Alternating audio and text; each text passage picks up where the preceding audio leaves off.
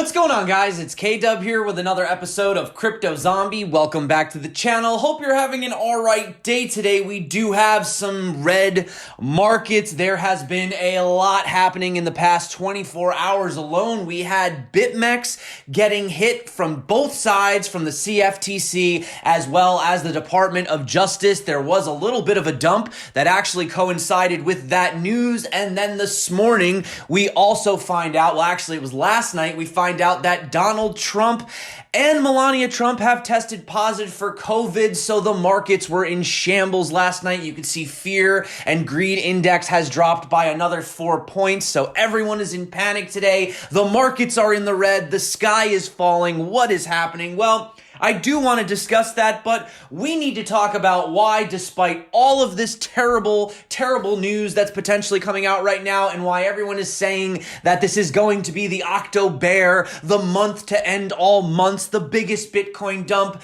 I'm actually going to show you in this video why there may potentially be a silver lining to all of this, and Bitcoin at the end of the day might exactly just be the honey badger, and the bears could be in for a big surprise. Short term, though, could get a little bit crazy, but should you sell? Well, not financial advice, you know how I feel about that, but we're going to talk about all that today. If that sounds good to you, you know what to do. If you are not subscribed, well, consider it. We do these videos every single day, and without further ado, let's get directly into the charts. Now, having a look right here, we have fallen below the monthly level. We are back below where we did have that nice close back in June of 2019, so should we be worried? Well, interestingly enough, so far this morning, and this is what I actually found quite interesting, was despite the news, yes, we did have a little bit of a dump over the past 24, 48 hours, but if you have a look over here on the futures chart, which you know that I do like to look at the CME futures,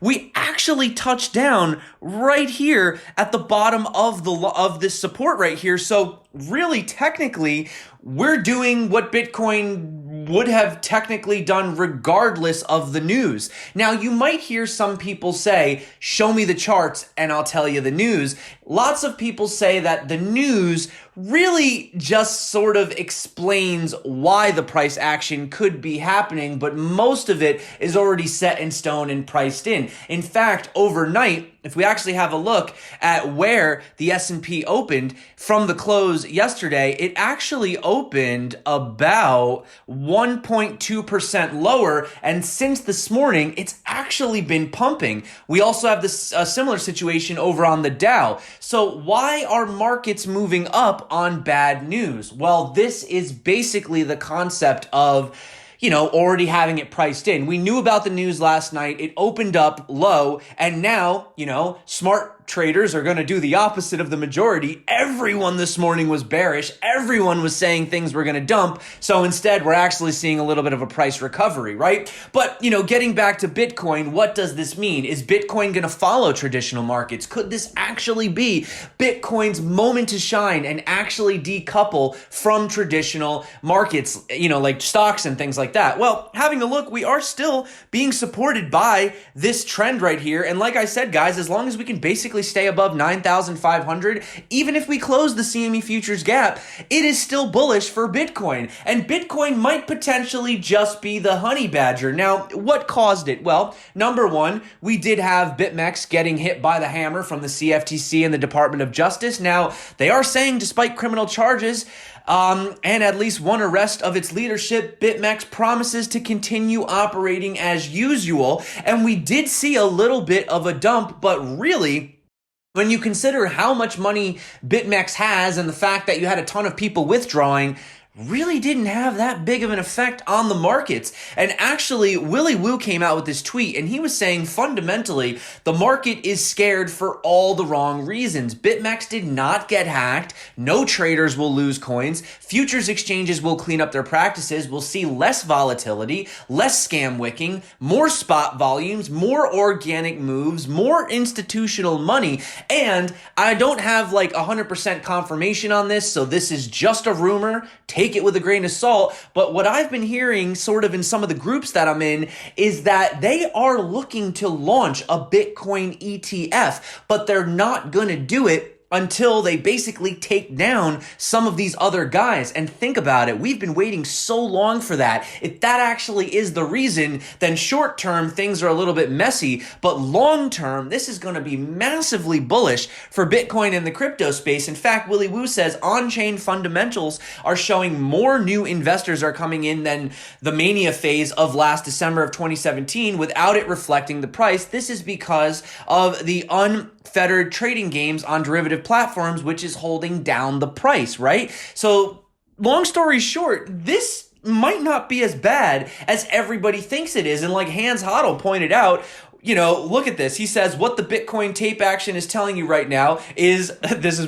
kind of where I got it from, but the honey badger don't care. He goes right into the house of bees. If you guys don't know that reference, check out the tweet. It's a funny YouTube joke if you guys don't know what it is. But anyway, he says yesterday it was the BitMex news. Today, President of the United States gets COVID. Bitcoiners, meh. Just another day in crypto, right? Having a look right here too, and I know the stock to flow model, lots of criticisms about this, not trying to get into that conversation today, but as Plan B did point out, he says September has a red dot below August. Bummer. But no worries, this also happened in January and March of 2017. In fact, it marked 2017 Bitcoin's phase transaction into the biggest bull run so far that Bitcoin has ever seen. Now, let's discuss what's going on. Well, we obviously had Donald Trump coming out with this tweet. He said, "Me and the lady have tested positive. We will begin our quarantine and recovery process immediately. We will get through this together." Now, it did affect the Bitcoin price.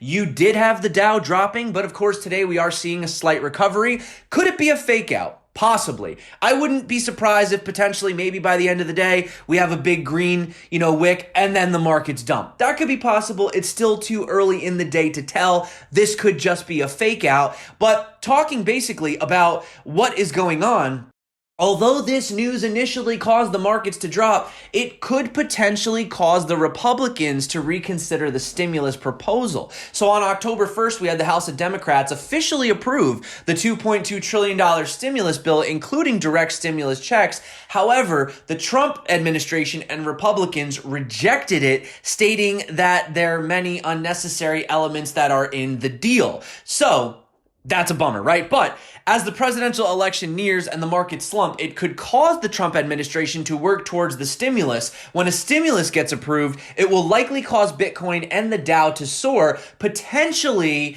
surging Bitcoin momentum and obviously subsequently price. And we saw what the stimulus did previously. Now, I'm not sitting here saying I'm advocating for more money printing. You guys know at the end of the day, it's totally unsustainable. In fact, that brings me to my next point, is that the United States government is projected, and this is why I still hold Bitcoin, and I'm not selling any Bitcoin today. I don't care if we go down to 8,000, I'll just buy more. This is why, listen up if you don't know, but the United States government is projected to be 98% in debt by the end of this year, according to the congressional budget. You think that's crazy? Next year, the government debt will reach its highest in history at 107% of gross domestic production, GDP. Debt will then continue to grow to about 195% GDP projection in 2050 if taxes and spending as well as borrowing remain unchanged. And you might be saying, well, that's only 30 years. We got 30 years. Yeah, well, it's going to have effects sooner than you guys think.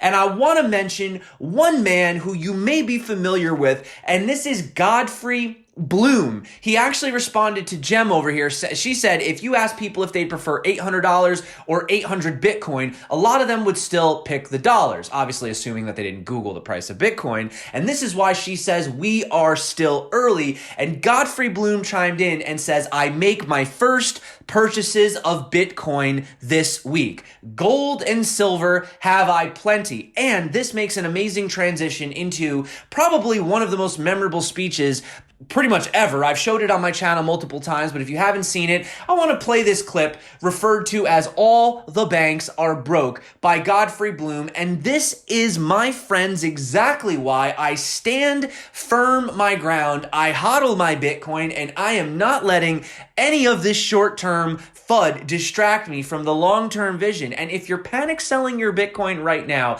not financial advice, could go lower, whatever. Maybe in a couple weeks it'll be lower. You'll be saying, hey, K-Dub, fine, do what you want. But I am telling you guys that there will be a time where we will have a 100,000, 200,000, $500,000, maybe even $1 million Bitcoin. And looking at prices today, there's going to be a lot of people kicking themselves saying either A, I sold, I never bought, I was scared, or whatever the excuse is. So do what you want, sell your Bitcoin. That's up to you. I'm not telling you what to do. But before you do, have a look at this clip. Commissioner, Mr. President, I rise again, I'm afraid, to make the same old hoary speech that I've been making here for several years, and that is, it is my opinion that you do not really understand the concept of banking. All the banks are broke. Bank Santander, Deutsche Bank, Royal Bank of Scotland, they're all broke. And why are they broke? It isn't an act of God. It isn't some sort of tsunami. They're broke because we have a system called fractional reserve banking, which means that banks can lend money that they don't actually have. It's a criminal scandal, and it's been going on for too long.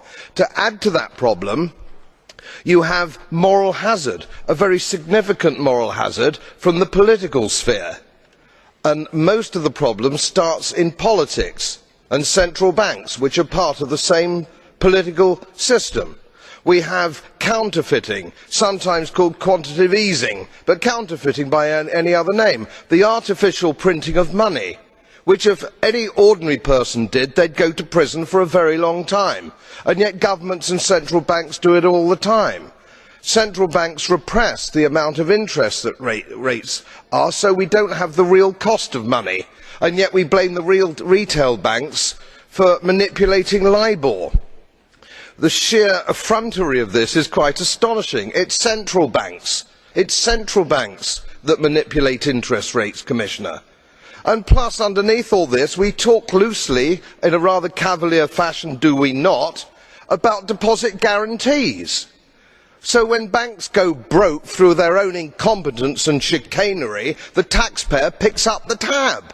It's theft from the taxpayer. And until we start sending bankers, and I include central bankers and politicians, to prison for this outrage, it will continue. And that, my friends, is why I continue to hodl Bitcoin. Fair enough. All right, moving on to some crypto news of the day. So we do actually have multi-asset exchange eToro says that they're launching their new service that's going to reward for staking tokens. They're starting with Tron and ADA, Cardano, right? The trading platform announced Thursday that the service is one of the first to offer staking for Cardano's native token ADA, will go live later this month. And basically they're saying that they're aiming at making it more accessible for everyday users. The firm said in a statement the exchange, they're going to email reports to users showing them how much income they've made on a monthly basis. Now, I know some people might be saying, well, this goes against decentralization. Why would I want to put my money? We always say don't leave your money on exchanges. But unfortunately, we still do have that difficulty of barrier. Most people are not comfortable being their own banks. Most people call their banks when they lose their passwords, right? So right now, this is an amazing opportunity to sort of get people into the space. Everyone's heard about Bitcoin,